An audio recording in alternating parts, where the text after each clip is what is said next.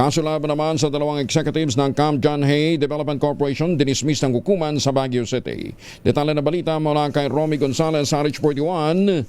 Naimbang dabigat, Romy. Dinismiss ng Branch 5 ng Baguio City Municipal Trial Court ang kriminal na kaso laban kina Cam John Hay Development Corporation Chairman Robert Cebro Peña at Phil Estate Management Incorporated Executive Ramon Jimenez dahil sa kabiguan ng prosecution na mapatunayan ang kanilang pagkakasala.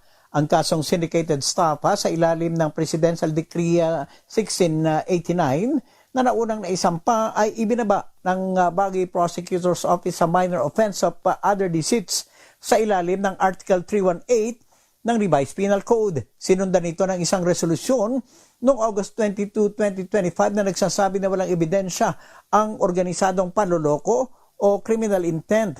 Sa pagbasa ng kaso noong September 11, 2025, parehong nagpasok sina Cebro Peña at Jimenez ng not guilty plea at sinundan ang ruling ng korte sa pagbasura sa kaso dahil sa kabiguan ng prosecution na patunayan ang kanilang pananagutan. Malugod naman tinanggap ng Cam John Hay Development Corporation ang desisyon ng hukuman.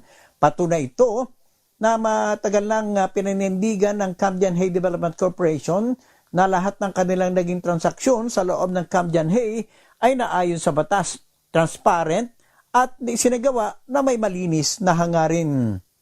Ito si RH 41 Romy Gonzalez para sa DZRH. Una sa Pilipinas, una sa Pilipino. Maraming salamat, Romy. Justin Aguina.